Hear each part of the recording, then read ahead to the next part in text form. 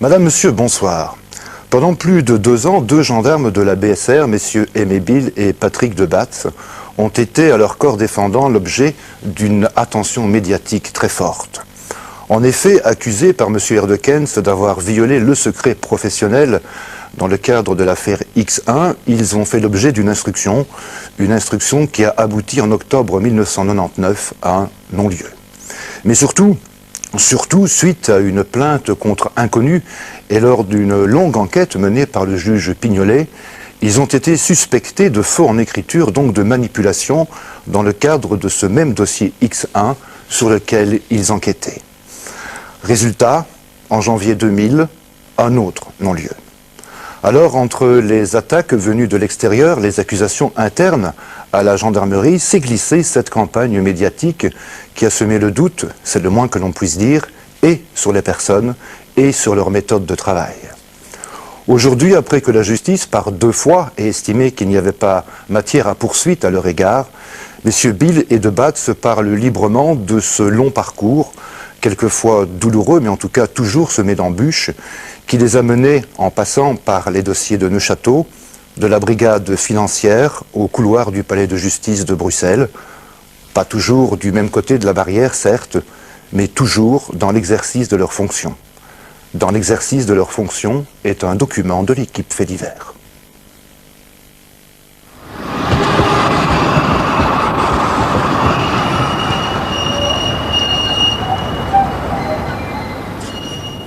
Accusé d'avoir ouvert devant le député Herdekens le fameux mais contesté dossier du témoin X1 alias Régina Louf, Patrick Debatz et Aimé Bill, 2 gendarmes de la 3e section de recherche criminelle de la BSR de Bruxelles, furent inculpés le 20 novembre 1998 de violation du secret professionnel au début d'une instruction menée par le juge Pignolet, instruction qui allait durer 12 mois.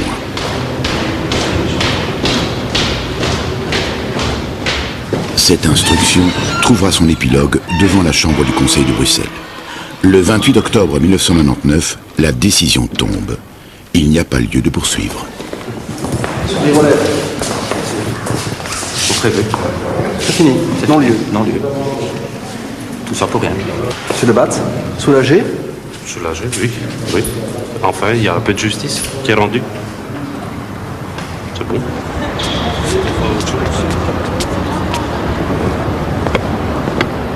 3 mois plus tard, le 20 janvier 2000, les mêmes gendarmes Bill et Debatz ont de nouveau rendez-vous à la Chambre du Conseil de Bruxelles avec leur avocat. Ils attendent l'aboutissement d'une toute autre action judiciaire en cours depuis 26 mois, celle-là, qui trouve son origine dans une accusation de leur supérieur hiérarchique, le commandant Duterme. Ce fut le même juge Pignolet qui fut requis par le procureur du roi de Bruxelles pour la mise à l'instruction d'une plainte de faux en écriture par un fonctionnaire dans l'exercice de ses fonctions. Bien qu'elle fût à charge d'inconnu, cette plainte fut une occasion de mettre en cause pendant 26 mois tout le comportement et le passé de ces 2 gendarmes. Quel est le résultat? Un non-lieu, donc. Pour toutes les préventions avaient été remises. Aucune charge n'a été retenue. Oui. M. Debatz et M. Bill, donc ils peuvent enfin s'attacher à autre chose, essayer de retrouver leur honneur surtout. Non-lieu sur toutes les affaires. Oui. Oui. C'est le rideau qui est tombé après 2 ans et demi. Et il y a eu une enquête disciplinaire sous vous, à l'intérieur de la gendarmerie? Hier encore,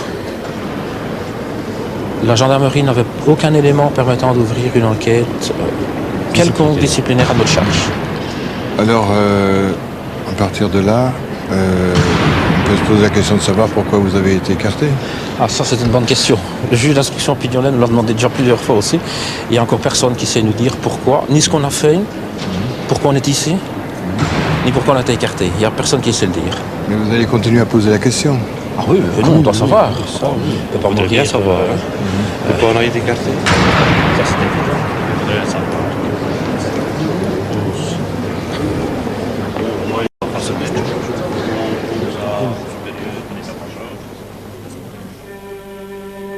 Août 1996. Il y avait 14 mois que Julie et Mélissa avaient été enlevées. 12 mois qu'on était sans nouvelles de Anne et Effie. 3 mois que Sabine avait disparu avec son vélo. 4 jours que Laetitia n'était plus revenue de la piscine de Bertry. Le 13 août, un certain Marc Dutroux était arrêté. Sabine et Laetitia ont été sauvées. On voulait se croire soulagé. On était au bord de l'horreur. Dans la propriété de Marc Dutroux à Sarre-la-Buissière, 4 jours plus tard, on déterrait les corps de Julie et Mélissa. 10 jours plus tard, à côté du chalet de Weinstein, ce sont les corps de Anne et Effieux que l'on retrouvait.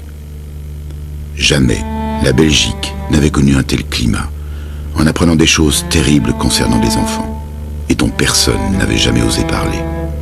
Peu après, arrivèrent à Neuchâteau des appels téléphoniques de personnes adultes, racontant des histoires antérieures qui pouvaient laisser supposer que les suspects désignés par les événements étaient également les auteurs d'autres faits épouvantables. Alors s'ouvrirent les dossiers des témoins X de Neuchâteau, dont plusieurs équipes de gendarmes de la BSR de Bruxelles furent amenées à s'occuper. Parmi ceux-ci, Aimé Bill et Patrick de Batz de la section financière.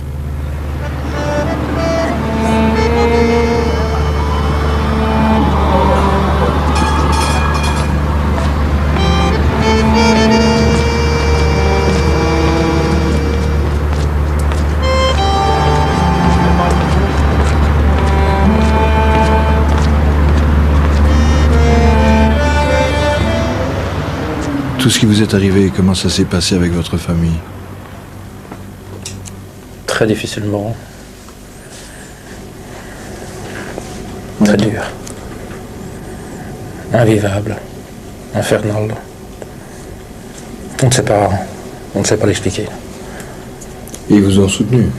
Oui, heureusement. Heureusement qu'on a encore quelques personnes qui nous ont soutenus dans cette épreuve. Et on les remercie de tout cœur. Et pour vous, Patrick de Batz, qu'est-ce qui a été le plus dur par rapport à la famille?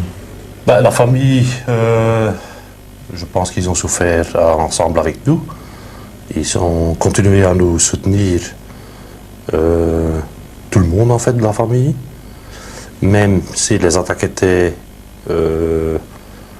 dirigées contre même mon père, qui est décédé en 76, et qu'on a voulu le mêler en fait dans l'enquête faite par le juge d'instruction Pignolet pour le discréditer et pour dire en fait que mon père était un mauvais, et comme le père était mauvais, le fils devait être mauvais. Un collaborateur, vous voulez dire?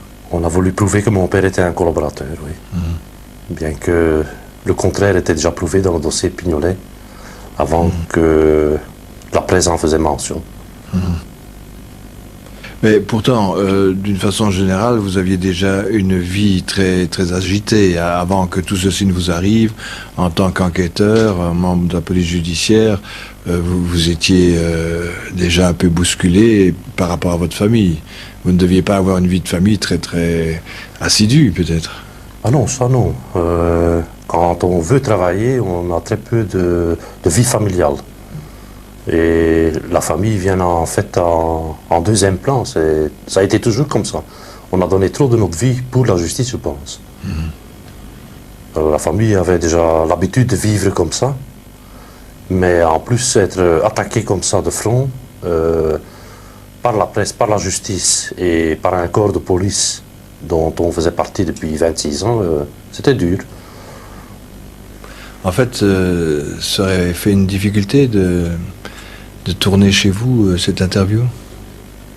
Je trouve qu'il faut séparer le travail avec le privé, ce qui n'a pas été toujours fait par certains journalistes. Alors, on vous remercie beaucoup de nous avoir donné le choix. Vous avez la réputation d'être un enquêteur assez dur, assez direct, assez fonceur. Oui, mais je n'ai jamais foncé dans des dossiers sans avoir les preuves probantes pour la manifestation de la vérité. D'ailleurs, j'étais à la section financière et là aussi on préparait des dossiers un an et demi avant de foncer proprement dit ou avant de faire des perquisitions. C'était surtout la préparation d'un dossier avant de se dévoiler envers l'adversaire, et toujours avec l'accord des magistrats et sous la surveillance des magistrats que je considère toujours comme les patrons des enquêtes. Et donc c'est sur l'aspect financier du dossier Dutroux que vous deviez enquêter. Oui. Dans un premier temps, ça s'était décidé, c'était enquêter sur les circuits d'argent qui pouvaient surgir dans l'enquête Dutroux. Alors donc M. Bill était avec vous? Non, M. Bill était encore en congé, je crois. Je crois qu'il est revenu au mois de 9 septembre. 9 septembre, oui. Et à ce moment-là, vous êtes le chef d'une équipe? Oui, et je faisais le contact entre Neufchâteau et les enquêteurs à Bruxelles et Neufchâteau et les magistrats à Neufchâteau. Il y a une rumeur qui court, c'est que, étant en contact avec le juge Conrad, lorsque le 4 septembre 1996, l'ami de X1, qui à ce moment-là n'était pas encore connu, téléphone, vous étiez dans le bureau de M. Conrad. On dit que tout ça, c'était un coup préparé. Ben, il y a des enquêtes qui m'ont appris que cet ami de Regina Louf avait déjà tenté de téléphoner toute la journée et la veille. Je ne suis pas resté 2 jours et une nuit chez M. Conrad au bureau, mais c'était un fait. Quand elle téléphone, je suis au bureau, avec mon collègue UP. Et c'est M. Conrad qui prend le téléphone. D'ailleurs, il le confirme devant le juge d'instruction Pignolet lors de son enquête.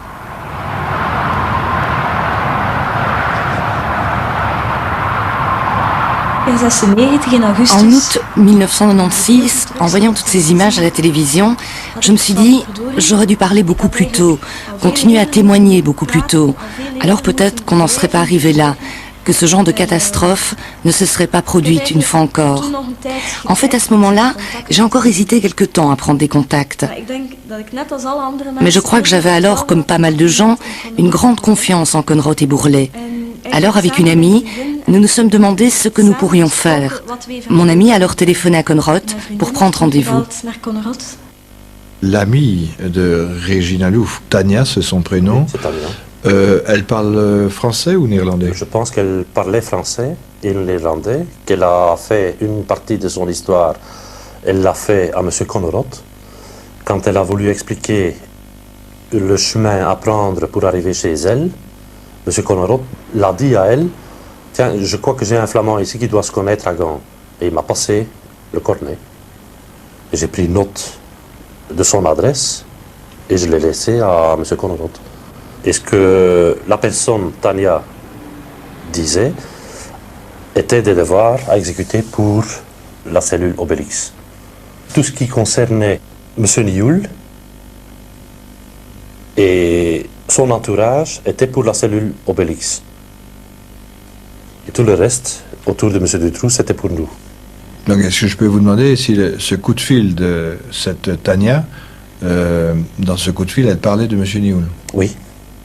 Oui. Et c'est d'ailleurs pour ça que moi je n'ai pas pris l'enquête.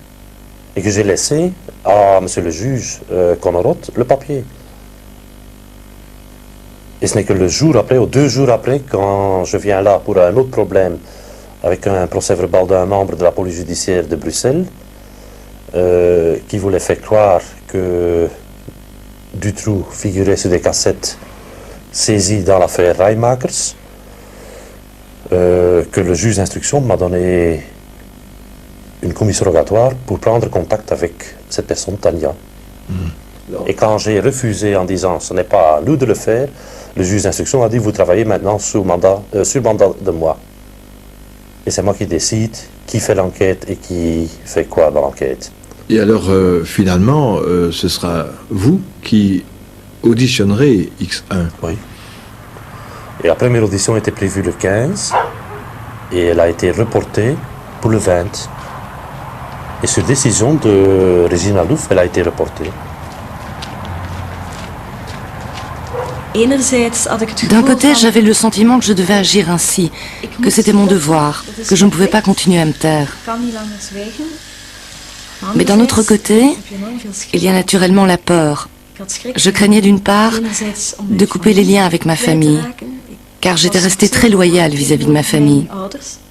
D'autre part, bien sûr, j'avais peur de mes bourreaux eux-mêmes, peur de raconter ce que j'avais vécu. Ce n'était pas si simple de raconter tout cela. vous commencez les auditions de Régina Louf, qui à ce moment-là demandait l'anonymat, le 20 septembre. Oui. Les auditions se déroulaient à Bruxelles. Oui, mais tout le monde était à Bruxelles. L'antenne Neuchâteau, c'était l'antenne Neuchâteau Bruxelles, qui travaillait exclusivement pour les magistrats de Neuchâteau. Et là, on avait mis sur pied aussi le modus operandi qu'on allait suivre pour faire ces auditions. C'est-à-dire, du moment qu'on commençait les auditions, tout vidéofilmé. Pendant ces auditions, il y avait mon collègue Philippe Huppé qui prenait note de ce qu'elle disait et adressait PV de ses notes prises lors de l'audition. Par après, la cassette était complètement transcrite, remis à des traducteurs jurés. Ces traducteurs, ils étaient requis par le magistrat instructeur de Neuchâteau. Les auditions se faisaient dans un local aménagé pour les auditions de victimes d'abus sexuels. Et en fait, il y avait des caméras fixes dans ce local, des caméras qui pouvaient balayer la pièce. Il y avait une salle d'enregistrement, il y avait des vidéos. Qui étaient à part. Qui étaient complètement à part, et où se trouvait un opérateur qualifié pour ce travail. Normalement, il y avait encore un adjoint là-dedans, et là-dedans se trouvait aussi un thérapeute, ou bien un psychologue ou un psychiatre. Et quand intervenait le psychothérapeute? Le psychothérapeute, il intervenait lors des repos pour soutenir la victime. C'était comme ça dans le mandat, parce que malgré ce qu'on dit aussi, les thérapeutes étaient requis par le magistrat instructeur aussi. Vous aviez des principes particuliers? Des principes particuliers, comme par exemple les premières auditions qui étaient vidéofilmées. Quand il y avait un repos, on arrêtait les caméras. Par après, on a décidé de ne plus faire ça parce qu'on pouvait nous reprocher qu'on était suggestif ou quoi. Alors on a commencé à laisser continuer les caméras à tourner. Pendant que la victime, ici, dans le cas précis, Régina Louf, discutait en fait avec la thérapeute. Une fois par minute, j'avais demandé aussi qu'on fait un gros plan de toute la pièce où se déroulaient les auditions, pour bien prouver qu'on n'était pas là avec des panneaux, avec des documents, pour montrer à Régina Louf qu'est-ce qu'elle devait dire ou qu'est-ce qu'elle devait répondre. Je crois qu'on avait pris toutes les précautions pour pas être attaqué par des avocats qui devaient en fait défendre des auteurs dénoncés. À la fin du premier interrogatoire, j'avais vraiment l'impression qu'il aurait encore fallu dire beaucoup de choses. J'avais vraiment le sentiment, plutôt l'idée dans ma tête, que j'allais indiquer un cadre, expliquer comment le système fonctionne, comment ils s'y prennent pour obtenir la loyauté des enfants, combien il est difficile de se dépêtrer de pareilles situations, combien il est difficile de rompre la loi du silence. Je pensais que ces informations pouvaient aussi être utiles pour interroger Laetitia et Sabine. Mais en fin de compte, il y a tant de détails, une telle masse d'informations lors des 3 et 4 premières auditions. Chaque fois, j'ai demandé à la fin, c'est assez comme ça? Je peux m'arrêter là sur ce chapitre? Non, ce n'était pas suffisant. Chaque fois dévoiler un peu plus et finalement, cela s'étend sur des heures et des heures d'interrogatoire. C'était aussi un reproche qu'on faisait toujours, des auditions pendant la nuit. Il ne faut pas oublier que Régina Louf, elle est mariée, qu'elle a 4 enfants, qu'elle avait une affaire, qu'elle était indépendante et avoir un magasin. Alors, les auditions prises par Régina Louf, c'était sur sa demande et à sa convenance qu'on faisait les auditions. Et c'était, on le demandait plusieurs fois lors de l'audition. C'était ça aussi, c'était des questions type en fait. Est-ce que vous voulez continuer? Est-ce que vous êtes toujours volontaire pour continuer? Est-ce que vous voulez vous arrêter? Vous avez ça sur les cassettes, toutes ces questions. Vous, votre spécialité, vous l'avez dit au début, c'est les enquêtes financières. Est-ce que vous pensez que vous étiez vraiment équipé pour être sûr, par exemple, de ne pas induire des réponses dans les questions, de ne pas suggérer des réponses? Mais chaque question induit une réponse. Et je ne vais pas employer la technique proposée par M. Duterme, c'est une question, qu'est-ce que vous avez à dire? Et c'était pendant 2 heures, non. Je crois moi, je ne suis pas un thérapeute et je ne me suis jamais pris pour un thérapeute. Quand j'auditionne une victime, c'est pour arriver à une enquête judiciaire. Alors j'ai besoin de réponses, moi. Et j'ai besoin de détails. Autrement, la justice n'est rien avec une audition d'une victime. Quand on veut y arriver à une enquête judiciaire et que les auteurs soient punis, il faut des auditions serrées avec des questions et des réponses. Quelle différence faites-vous entre une relation avec le psychothérapeute et la relation que vous avez eue avec Patrick de Batz?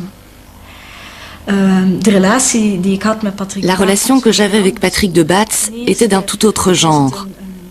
D'abord, c'était une sorte de relation professionnelle, en ce sens que Patrick de Batz n'était pas mon thérapeute. Il n'était pas mon ami. Il était simplement l'agent BSR qui était par hasard assis de l'autre côté de la table, qui écoutait, enregistrait et vérifiait. Cela signifiait aussi que pour moi, ce que je lui racontais, je savais immédiatement que cela tomberait entre les mains d'autres personnes. Ce genre de récit est transmis à l'extérieur. On dresse procès-verbal, cela va chez le juge d'instruction, chez différents gendarmes qui font des analyses, des vérifications. Cela ne crée pas d'emblée un lien de confiance. Mais ce que j'ai trouvé important dans les auditions avec Patrick de Batz et son collègue Philippe Huppé, c'est qu'ils étaient très honnêtes vis-à-vis de moi, qu'ils donnaient des informations de manière très correcte, en disant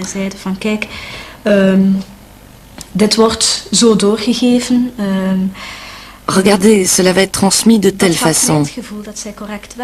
Cela me donnait le sentiment qu'ils travaillaient correctement et qu'en tout cas, ils prenaient mes informations assez au sérieux pour faire des recoupements. Disons que cela m'a encouragé à livrer plus de détails. Mais je pense qu'il faut rajouter quelque chose dans les auditions, dans la technique d'audition.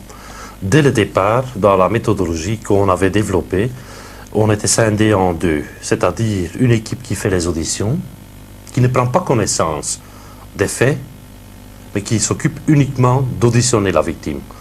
Et puis il y avait une deuxième équipe qui faisait les vérifications, qui faisait la relecture des auditions et qui faisait les vérifications sur le terrain. Et ça, c'était l'équipe de M. Hoskens. Et vous aviez un feedback de cela? Pas nécessairement. De temps en temps, on me faisait des fiches de travail. Veuillez reposer telle question ou telle question, plus détaillée telle question, parce qu'on n'arrive pas à faire les vérifications nécessaires. Est-ce que vous aviez confiance, vous, en tant qu'enquêteur, que de temps en temps, venaient dans l'autre salle des magistrats ou même des membres de la gendarmerie? Oui, je le savais. On a eu M. le procureur Bourlet à quelques reprises. On a eu les magistrats fédéraux et on a eu des officiers de gendarmerie qui ont suivi. Et des autres membres de la BSR. Et de la police judiciaire qui sont venus suivre. Tous ceux qui assistaient à ces auditions n'ont jamais fait de remarques particulières? Jamais de la vie. Jamais. Je sais par exemple que les magistrats fédéraux et M. Bourlet ont averti le parquet général pour dire que le travail était très bien fait. Et je crois même que M. Bourlet a confirmé ça par écrit à son procureur général. Madame Tilly. Madame Tilly. Est-ce que vous n'aviez pas annoncé aussi que vous alliez faire des perquisitions fin décembre 96 déjà? Oui.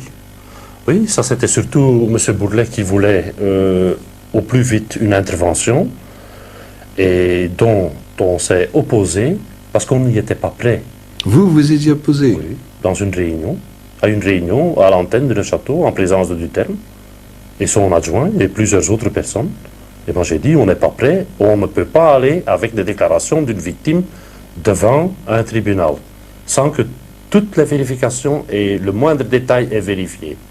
Et pour vous, ça allait prendre combien de temps, ces vérifications? Moi je dis que c'est une affaire de longue haleine, avec les victimes. Et pour faire les vérifications et recouper tout, peut-être 2 ans d'audition et de vérification. Là où on nous a laissé travailler 3 mois. Donc vous étiez en train d'auditionner X1, mais pendant ce temps-là, on vous demande aussi de faire des devoirs qui n'ont rien à voir avec ces auditions. Vous êtes chargé de faire donc une perquisition dans le cadre de ce qu'on dira plus tard être le dossier d'Iroux. Est-ce que vous aviez conscience à ce moment-là que vous marchiez dans ce dossier-là? Non, pas du tout.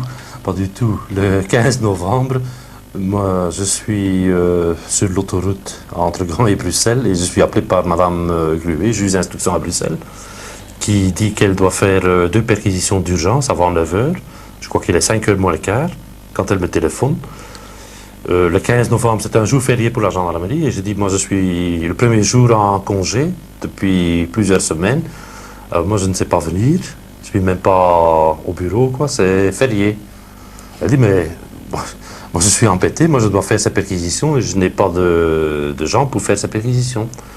Ben, je dis, vous téléphonez à mon patron, le colonel Brabant, et vous demandez l'autorisation. Peu de temps après, elle m'a ressonné qu'elle avait l'accord de M. Brabant, et moi je suis retourné à Bruxelles. Et c'est comme ça qu'on s'est retrouvés dans un dossier de la police judiciaire. Nous, on n'en voulait pas. Ça, c'est évident. Donc, lorsque nous procédons la nuit aux auditions des 2 personnes chez qui les perquisitions ont été effectuées, ces personnes prononcent, sans porter la moindre accusation, prononcent le nom de M. Desrupont. Et ça devient l'affaire Desrupont. La question qu'on peut se poser, sachant que c'est dans une affaire mœurs, parce que je suppose quand même que Mme Gruet lui a fait part du dossier, pourquoi M. Brabant n'a pas rappelé les gens de sa section mœurs de la BSR? Et pourquoi il a ordonné de la donner à des membres qui travaillaient et qui avaient assez de travail pour Neuchâteau à ce moment-là? Il n'y avait pas de lien entre cette enquête et les dossiers de Neuchâteau. On a compris que probablement on jouait là dans un jeu très dangereux. Les auditions de X1 se poursuivent à un rythme intensif. Les récits sont terribles. Elle parle de son souteneur, un certain Tony, qu'il a loué à des violeurs pédophiles. Elle désigne des photos de personnes gravitant dans l'entourage de Michel Nioul. Elle parle même de Dutroux. Elle parle aussi de viols sadiques qui se terminaient par le meurtre d'enfants. Les visages qu'elle identifie sur les photos sont des visages d'enfants disparus ou d'adolescentes tuées dont le corps a été retrouvé, une à Gand, une autre à Anvers, une autre à Bruxelles. En novembre 1996, elle parlera du meurtre sauvage d'une jeune fille auquel elle aurait été forcée d'assister. Dans son récit, ces choses horribles sont entrecoupées de descriptions de l'intérieur d'un bâtiment qui pourrait être celui d'une ancienne champignonnière désaffectée, où l'on retrouva au soir du 13 février 1984 le corps atrocement brûlé de la jeune Christine Vannès. Et sa description des lieux étonne d'ailleurs les enquêteurs parce qu'elle est assez incohérente. Elle parle de porte une porte qui s'ouvre avec un escalier qui descend alors qu'il devrait monter. Elle parle de marches qui montent puis qui descendent. Enfin, ça semble assez incohérent. Elle ne décrit pas du tout une maison classique. Et les enquêteurs sont assez perplexes devant sa description des lieux. Et puis, à la fin du mois de décembre, ils vont soumettre toutes les parties descriptives qu'elle a données, donc à l'exclusion des faits eux-mêmes, à quelqu'un qui a habité dans les lieux pendant toute son enfance et toute son adolescence. C'est le fils de l'ancien exploitant de la champignonnière. Le meurtre a eu lieu en 84 et en 89, on a démoli la champignonnière. Moi, j'ai été confronté simplement avec le texte d'Original Louf donnant la description des lieux. Et j'ai constaté quand même que tout ce qu'elle disait, il y avait quand même une grande partie de vérité là-dedans. Je peux vous dire une chose, pour moi et pour ma famille, Original Louf est un jour rentré dans ce bâtiment, minimum une fois. La porte d'entrée, par où il est rentré, donc la voiture probablement se trouvait ici devant la cour, ici. Et il y a un petit seuil pour de suite descendre une marche complète. Donc derrière la porte, il y a une marche qui descend. Ah oui, absolument. Et c'est là qu'elle trébuche, parce qu'elle a les yeux bandés, elle ne s'attend pas à une marche pour monter et directement une marche pour descendre. Elle signalait des différences de niveau entre des planchers. Oui, absolument. Quand on voit la façade arrière qui donne sur la cour, c'était 2 maisons, et en somme, il y a des marches qui montent de la salle de bain vers la chambre de mes parents. Et en somme, l'escalier derrière ici, l'escalier intérieur, on monte à un niveau, le premier niveau avec des petites marches jusque-là, et quand on montait la deuxième volée, on montait vers le niveau des parents et ma soeur. Les portes, on avait des portes très spéciales, fait main, très anciennes portes avec des moulures dedans, qu'elle a dessinées. On avait des clinches très spéciales. Bon, tout ça, elle le savait. Alors elle décrit un évier aussi? Oui, mais je crois qu'elle décrit un évier qui est un évier qui n'est pas l'évier de la cuisine. Mon père et mon frère avaient une charcuterie parce qu'ils faisaient du pâté, et c'était plutôt un évier commercial pour nettoyer tout. Alors elle avait vu des crochets aussi? Ouais, c'est normal, quand on fait du pâté, on a de la viande. Alors il y a aussi des dessins qu'on vous a montrés, je crois. Oui, elle a dessiné la cheminée, le living, enfin, ouais. Pour moi qui était relativement fidèle, la cheminée qui existait. Elle a aussi dessiné des rosaces. Ben oui, une rosace, c'est une rosace, et pour moi, c'était environ les rosaces qui existaient chez nous pour pas de l'illustrer. Mais je dis, ce qu'elle a dit correspond en gros cas avec la championnière, surtout que j'ai montré la description à un frère à moi, mes frères ont dit, bah, écoute, cette fille était là, hein. C'est pas possible autrement. Hein.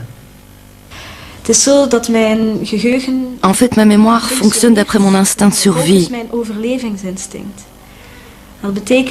C'est-à-dire que, disons, quand j'avais le sentiment que je devais savoir très précisément ce que mes bourreaux attendaient de moi, alors je me concentrais surtout sur les bourreaux. Alors je lisais sur leur visage, je regardais quel genre d'émotions ils trahissaient, afin d'éviter la punition. Il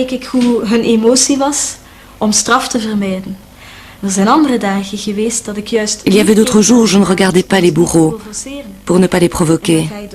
Alors j'enregistrais l'environnement, tapis, tableaux, c'était une façon de trouver une échappatoire, de ne pas penser à ce qui allait venir, à ce qui allait m'arriver. C'est cela ma mémoire. C'est ça en fait que j'ai raconté à la BSR de Bruxelles. Et vous, Aimé Bill, vous assistiez à ces auditions? Non, jamais. Et quel était votre rôle? Moi, je me suis occupé dès le mois de décembre du dossier de la Champédonnière.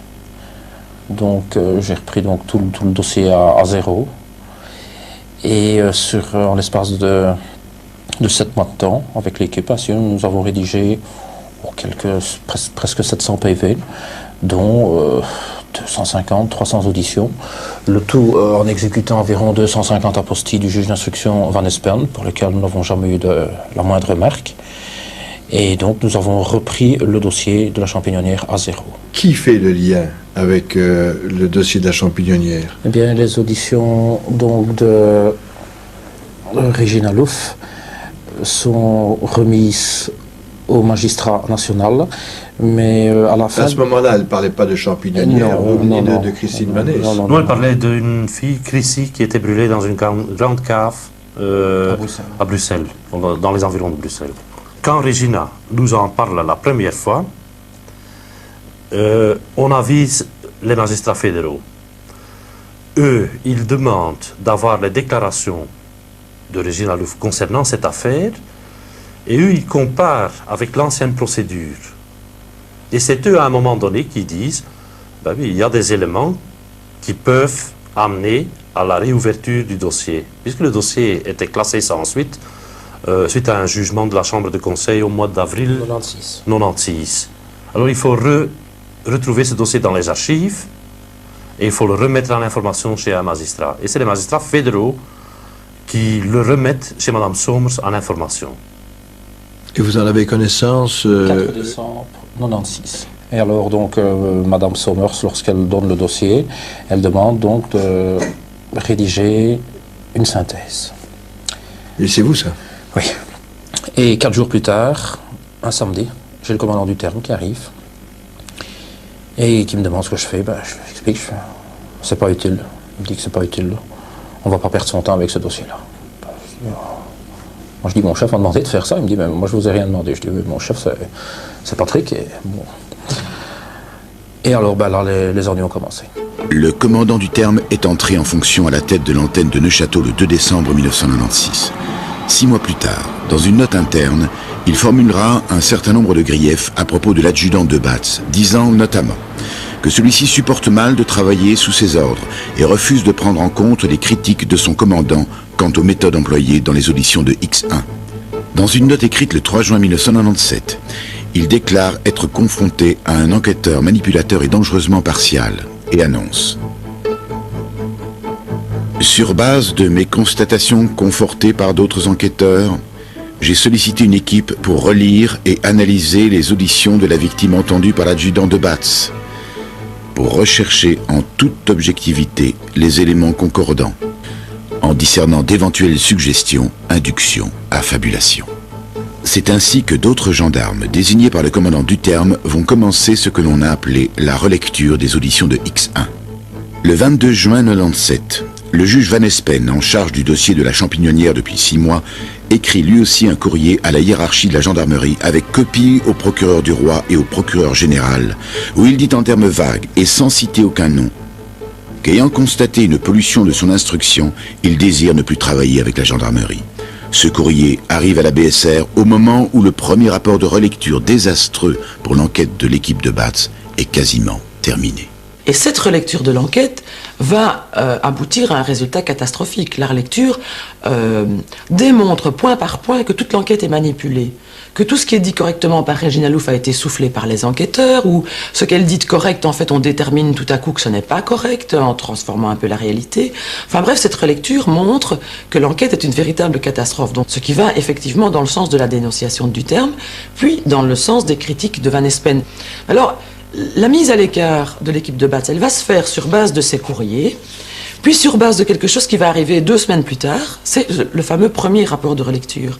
Et sur base de ces 3 documents, le procureur de Gand va lui aussi décider d'écarter l'équipe de Batz, parce qu'il se dit qu'est-ce que c'est que ça, ils ont vraiment mal travaillé. Un courrier, le courrier du terme, plus le courrier de Van Espen, plus le rapport de relecture, ça fait tout à coup quelque chose qui arrive conjointement pour démolir Patrick de Batz, et on le met à l'écart.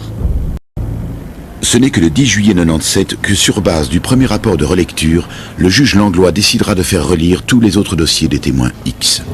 Le 24 août, le colonel Brabant et le commandant du terme prendront la décision d'écarter l'adjudant de Batz et son équipe, malgré l'opposition du juge Langlois à une mise à l'écart avant que les personnes concernées ne puissent s'expliquer sur les griefs qui leur sont reprochés. Mais, 2 jours plus tard, le 26 août 1997, cette mise à l'écart sera rendue définitive lorsque le commandant du terme fera parvenir au parquet de Bruxelles un procès-verbal accusant nommément Patrick de Batz de faux en écriture de la part de fonctionnaires dans l'exercice de ses fonctions. Le procureur du roi, Benoît de Gemep, transformera cette dénonciation en plainte contre inconnu qui sera mise à l'instruction chez le juge Pignolet.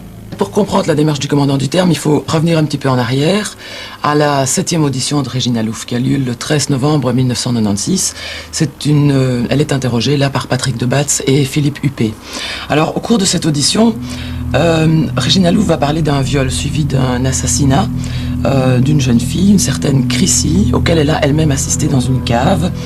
Et tout au long de cet interrogatoire, Regina Louf va d'ailleurs décrire les lieux où cela s'est produit. Alors à la fin de l'audition, Patrick de Batz va montrer 5 photographies à Regina Louf, et parmi cette série de photos, il y a une photo qui est annotée P12, qui est celle de Christine Vanès. C'est la jeune fille qui est victime de ce drame de la Champignonnière, qui n'est toujours pas élucidé aujourd'hui.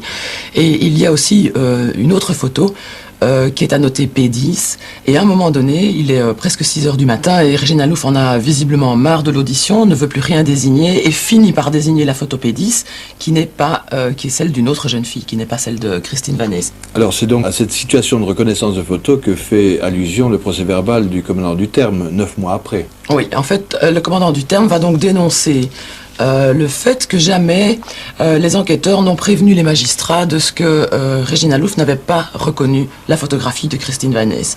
Et le commandant du terme va faire un procès-verbal de plainte contre l'adjudant de Batz, alors que le fait que le témoin n'a pas désigné la bonne photographie est signalé dès le 6 décembre par un procès-verbal rédigé par le 2e interrogateur, Philippe Huppé, et qui est transmis dans le dossier du juge Langlois en temps et en heure utile, et qui expose très bien que Regina Louf n'a pas désigné la bonne photographie au moment où on lui demandait d'identifier celle de Christine Vanès. Je peux vous dire que le procès-verbal manquant me reproché dans le procès-verbal de M. Duterme se retrouve au moins à 25 endroits différents. Et l'endroit le plus facile, c'était la tête. C'était demander à moi ou à M. Huppé, est-ce que ce PV est fait? La suite du PV de l'audition, de la reconnaissance de photos. Alors ça c'était le plus loyal, le demander. S'il ne pouvait pas converser avec moi comme il prétend, ben, il pouvait le demander à quelqu'un d'autre, à Philippe Huppé. Il allait se faire un plaisir pour lui dire, oui, le PV est fait le 6 décembre. Philippe Huppé, gendarme qui n'a jamais été inquiété et à qui personne ne reproche rien, déclare même dans une lettre adressée au juge Pignolet, que nous reproduisons avec son autorisation, que le seul responsable de la rédaction de ce PV n'est autre que lui-même, et que ce PV a été rédigé et transmis en temps utile au magistrat instructeur. Nous avons rencontré le commandant du terme, mais celui-ci n'a pas souhaité être interviewé devant la caméra de Faits divers.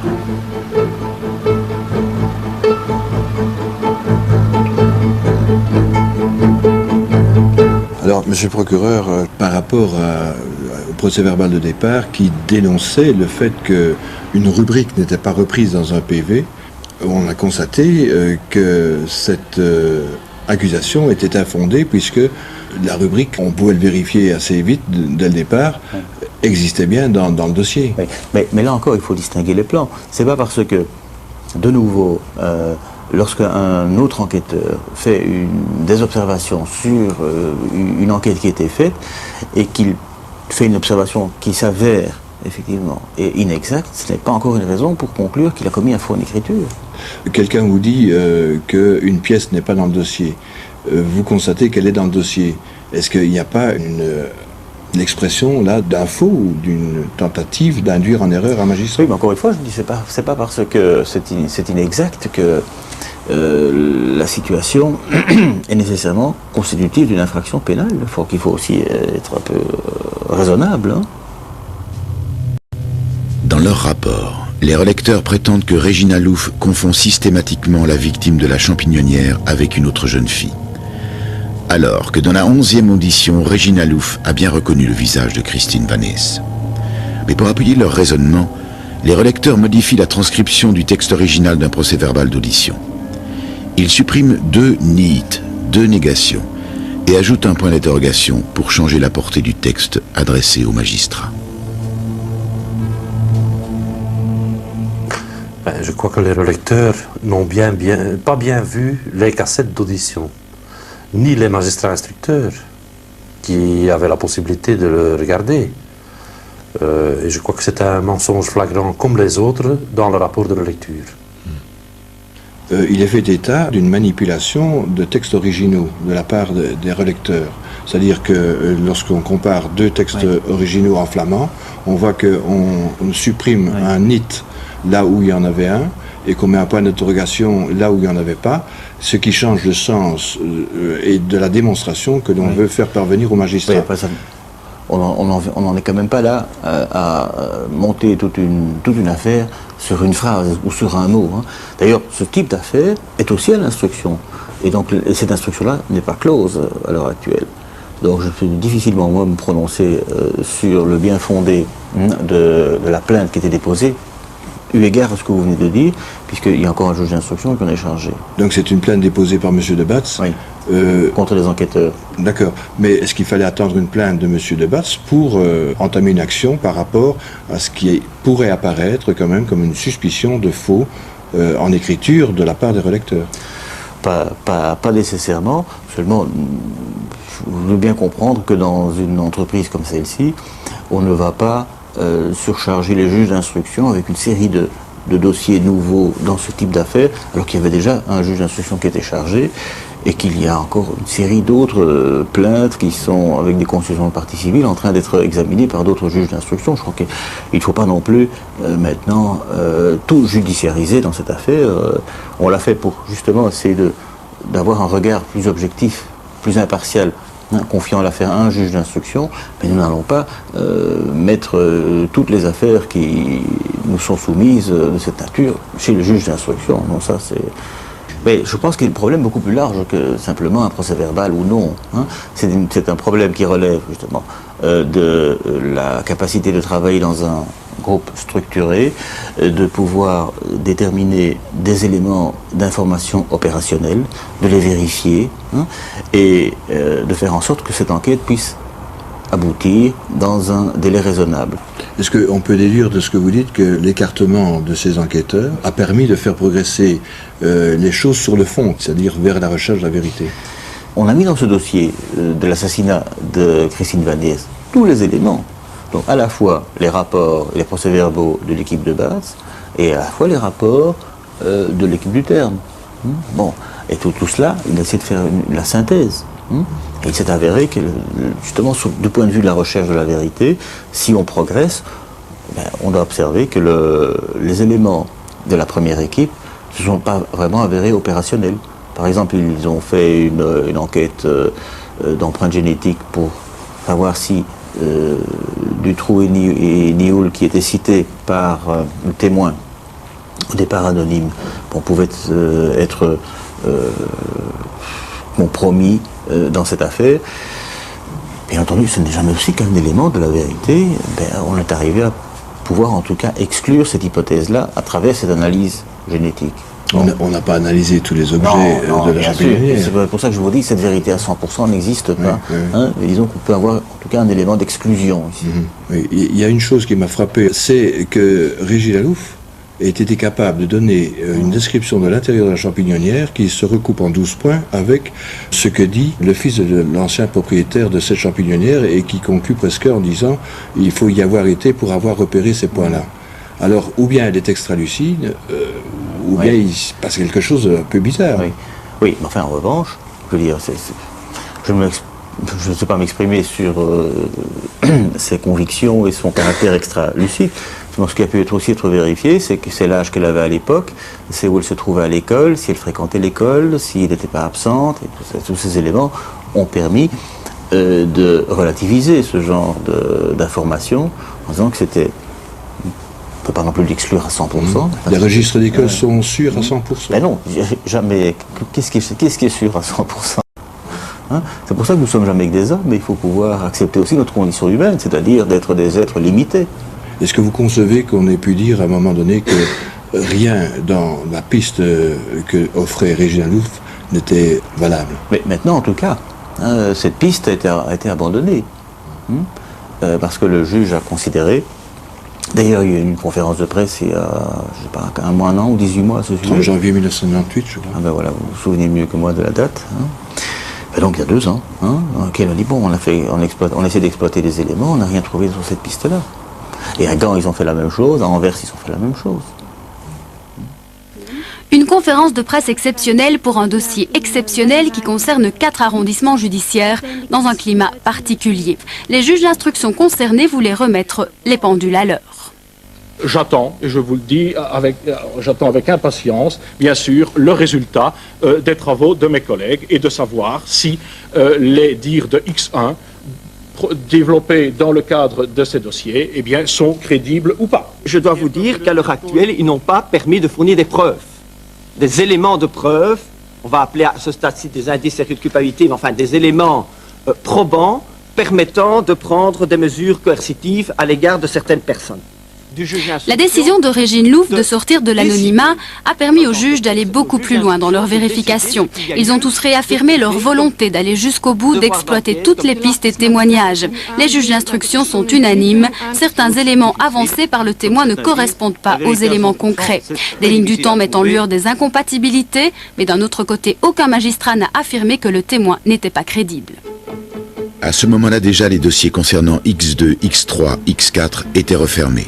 La piste X1 semblait abandonnée et Patrick Debatz et son équipe écartés depuis 6 mois, depuis le procès verbal du commandant du terme. Mais les accusations de manipulation de dossiers et de fuite vers la presse continuent à être formulées par certaines personnalités. Tant et si bien que messieurs Bill et Debatz seront inculpés par le juge Pignolet de violation de secret de l'instruction. Bonsoir. Les deux gendarmes qui ont recueilli les témoignages X ont récemment parlé de complot pour étouffer les affaires de pédophilie. Dans une interview à paraître demain dans le Soir illustré, Claude Erdekens, membre de la commission du Trou, accuse ces gendarmes d'avoir manipulé l'enquête, relayé de faux témoignages et eux-mêmes commis des fuites vers la presse. J'ai fait la connaissance de messieurs de Batz et Bill il y a un peu plus d'1 an. C'était un dimanche soir chez un journaliste qui m'avait suggéré de les rencontrer car il pouvait, je dirais, étayer le travail de la commission sur les protections. Et ils avaient devant eux leur dossier qu'il m'était permis de consulter. Je n'ai pas reçu de copie, je n'en ai pas demandé, cela ne m'était pas nécessaire puisqu'ils pouvaient déposer devant la commission, ce qui fut fait quelque temps après. Pourquoi ai-je le sentiment d'une manipulation? Mais tout simplement parce que je me suis rendu compte que je n'étais pas le seul à avoir été rencontré par ces gendarmes, qu'ils avaient dû rencontrer nombre de parlementaires et de journalistes, et que finalement, tout ce qu'ils m'ont dit, mais tout cela est apparu dans la presse ultérieurement. Alors je me suis dit que finalement, comme d'autres, j'ai été l'objet d'une tentative de manipulation. Le but était d'expliquer à des parlementaires socialistes que nous n'étions pas les monteurs du dossier des Rupeau, ce que je confirme à nouveau, et je vous affirme que jamais nous n'avions une seule audition de X dans ce jour-là. Moi, je suis tout à fait formel. Ils ne sont pas venus, comme certains le disent maintenant, avec une copie du dossier Internet sur l'affaire des Rupeau.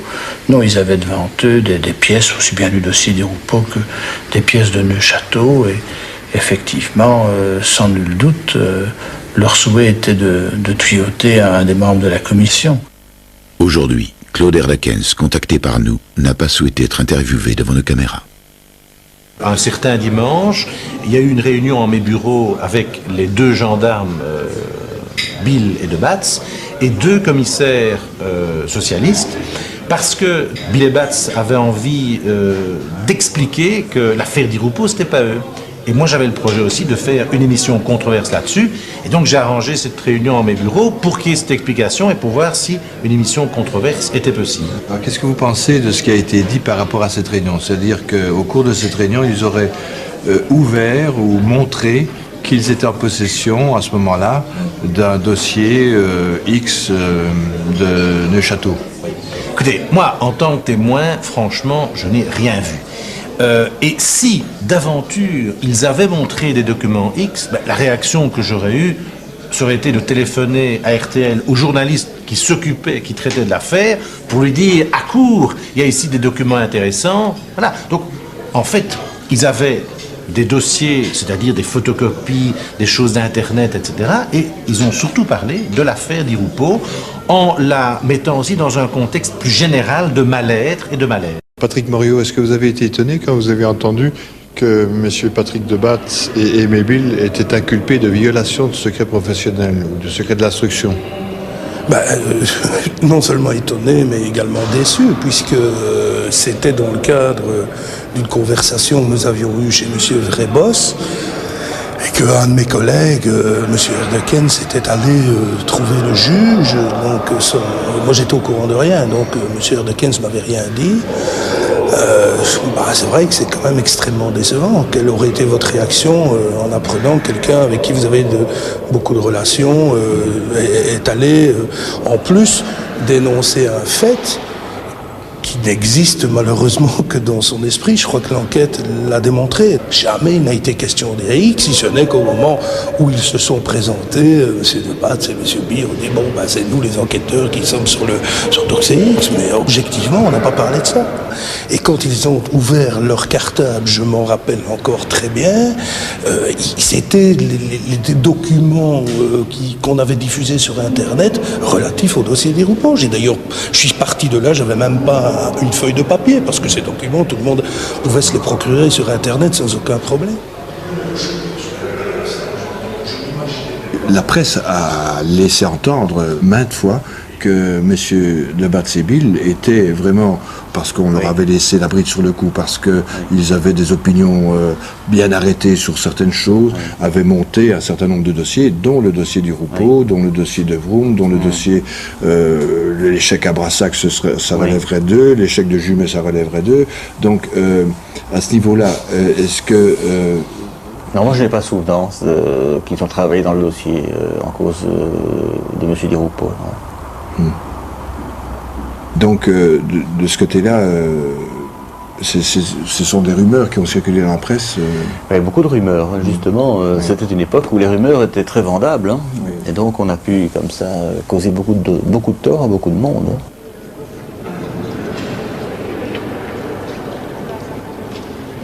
Bien que la presse s'acharne, vers le mi-décembre de 96, M. Di Rupo, il est blanchi complètement en séance plénière devant le Parlement, par Mme Likendal. Le dossier dans lequel nous on a travaillé, c'est-à-dire le 218 de 96 de Mme Gruet, n'a jamais été communiqué au Cour de cassation et n'a jamais fait l'objet d'une étude des magistrats au Cour de cassation pour joindre ça à une procédure de M. Di Rupo. Et pourtant, un peu plus tard, on vous demande de faire encore un devoir concernant M. Di Rupo. L'apostille en question, c'était une apostille à M. Bill. C'était une apostille à M. C'était pas une apostille à Debatte. Mais seulement, à l'égard d'un ministre, qui est-ce qui est compétent? C'est le procureur général de la Cour de cassation. Mais le procureur général de la Cour de cassation n'est pas officier de police judiciaire, donc ne fait pas les apostilles pour les enquêteurs. Et qu'est-ce qui se passe? Il se passe que le procureur général de la Cour de cassation me demande de faire un devoir d'enquête. Pour le reste, je n'ai même pas connaissance du reste de l'enquête qui se passe à la Cour de cassation. Et donc je prends sur moi de faire cette apostille, puisque c'est le magistrat qui est chargé de l'enquête qui me le demande. Alors, l'affaire Di Rupo, on dit maintenant effectivement que c'est une affaire montée de toutes pièces, mais si c'est pas vous, qui l'a montée? Moi, je sais que c'est pas nous, et c'est une bonne question en fait, parce que nous aussi, on voudrait bien savoir la vérité. Même M. Di Rupo, il a déposé une plainte avec constitution partie civile parce qu'il voudrait bien savoir aussi qui a monté ce dossier. Nous, comme on a été désignés par une certaine presse, nous, on voudrait bien savoir aussi cette vérité, et on s'est constitué partie civile dans ce dossier pour avoir accès aux pièces et pour voir qui a monté cette pièce et qui a renseigné faussement ces journalistes qui nous ont mis en cause dans cette affaire. Et pourquoi est-ce qu'on aurait cherché à vous impliquer dans quelque chose, dans un montage? À ce moment-là, on est déjà occupé depuis le 20 septembre avec des auditions de Madame Louf, X1 à l'époque. Alors j'ai comme ça l'idée qu'on a voulu faire croire à la population que nous, on était les monteurs en fait d'un dossier contre des hommes politiques. Pour discréditer en fait les victimes qui venaient témoigner et les enquêteurs.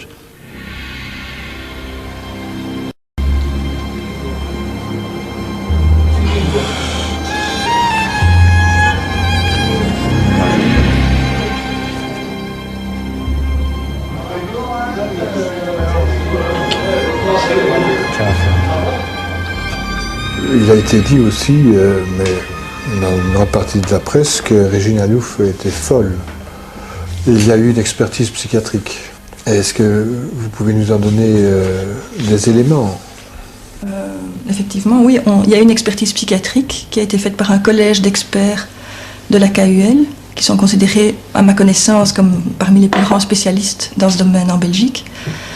Contrairement à ce qu'on a affirmé, ces experts n'ont pas du tout dit que Regina Louf était folle. Ils disent le contraire. Ils disent qu'elle n'est ni folle ni mythomane. Ils demandent qu'on prenne son témoignage très au sérieux. Et ils précisent que s'il doit être pris en compte, il ne peut pas être considéré à lui seul comme une preuve judiciaire. Ce qui me semble tout à fait logique. Un témoignage, et surtout un témoignage d'une victime qui a vécu des faits pareils, doit, pour obtenir la condamnation de quelqu'un qui bénéficie de la présomption d'innocence, être certainement corroboré par d'autres faits. Le fait qu'elle accepte de parler publiquement, de donner son nom, permettait d'effectuer une série de devoirs enquête qui jusque-là ne pouvaient pas être effectués. Comme par exemple, aller interroger ses parents, celui qu'elle a désigné comme étant son souteneur, le fameux Tony. Tout ça a été fait. On sait que ça a abouti à certains résultats, puisque suite à une confrontation qui a eu lieu avec ce souteneur, le dénommé Tony, il a admis devant les enquêteurs qu'il avait bien eu une relation sexuelle à partir du moment où Regina a eu 12 ans et jusqu'à ses 15 ou 16 ans, donc pendant plusieurs années. À l'époque, lui avait environ la quarantaine. Donc ça, il l'a reconnu. Il a reconnu également qu'il venait régulièrement la chercher à son domicile, qu'il avait même les clés de la maison, que ses parents étaient au courant, et qu'il pouvait l'emmener où et quand il le voulait. Suite à ses aveux, sa mère, qui jusque-là niait fermement l'existence de cette relation, est revenue sur ses déclarations puisqu'elle a admis que cette relation existait. Donc ces quelques faits montrent que si on fait des vérifications sur base du témoignage de Regina Louf, on obtient aussi des confirmations. Il est évidemment frappant en plus de se rendre compte que c'est le jour où Tony a fait ses aveux que le parquet de Gand a décidé de fermer son dossier, le jour de l'évasion de Marc Dutroux, même si ça n'a rien à voir.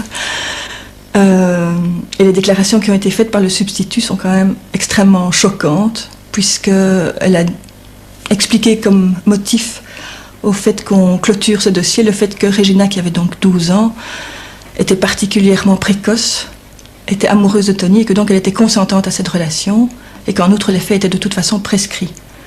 Alors je conteste fermement toute cette déclaration. D'abord, tout le monde sait qu'en droit, une relation sexuelle avec une mineure de moins de 14 ans est considérée comme un crime. Aucun consentement n'est possible dans une telle relation. Et en outre, la question de la prescription est très discutable. Et moi, j'estime qu'après avoir examiné toutes les critiques formulées, soit au sujet du témoignage de Regina Louf, soit sur la manière dont elle a été interrogée, il ne reste en fait rien dans ces rapports de relecture. J'ai pu rédiger une longue note à l'attention de l'ensemble des magistrats concernés par cette affaire. Je ne pense pas pouvoir en parler publiquement actuellement. Ça fait partie du secret de l'instruction. Et en outre, nous avons, après maintes réflexions, décidé de déposer plainte contre l'ensemble de l'équipe de relecture et leurs supérieurs hiérarchiques, et ceux du chef de faux, usage de faux, coalition de fonctionnaires en vue de détourner la loi et association de malfaiteurs. Ça ne tient pas la route, la relecture. Et c'est sur ça que certains magistrats se sont basés pour clôturer les dossiers. Et les victimes, ils restent dans le froid. C'est quand même des gens qui ont eu le courage de venir témoigner.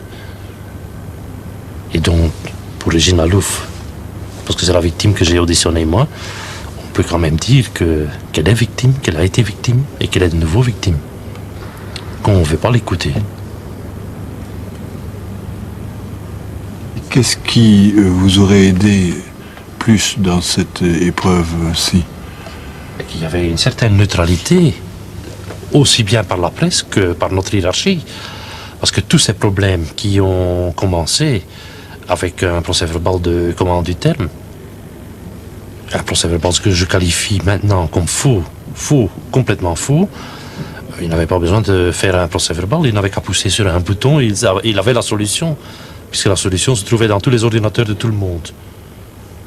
Le plus simple gendarme qui travaillait à l'antenne pouvait dire « Ah oui, ce PV qui n'existe pas, suivant du terme, existe. » Donc c'est un petit peu la découverte que le système dans lequel vous fonctionniez devient tout à fait illogique. Oui, mais c'est une grande découverte, parce qu'on voit que quelques personnes placées à la tête d'un groupe d'enquêteurs peuvent faire foirer toutes les enquêtes en faisant ça.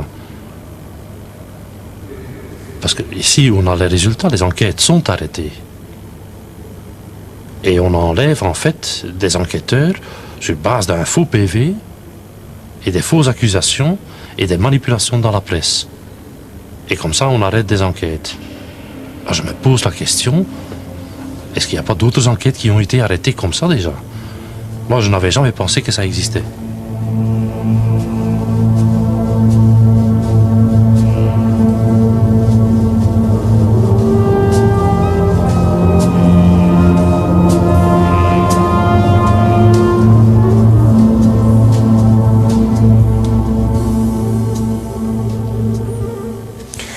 Voilà, précisons encore, pour être tout à fait clair, que contrairement à ce qui a pu être écrit ou dit de ci de là, messieurs Bill et de Batz ne font l'objet d'aucune enquête disciplinaire à l'intérieur de la gendarmerie.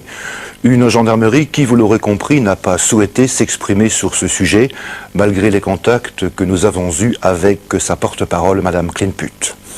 Le mois prochain, à l'occasion d'une histoire qui s'est récemment passée à l'hôpital de la Citadelle à Liège, nous aborderons une question qui soulève un grand débat aujourd'hui en Belgique, un débat scientifique, éthique et politique, l'euthanasie. Excellente fin de soirée, à très bientôt.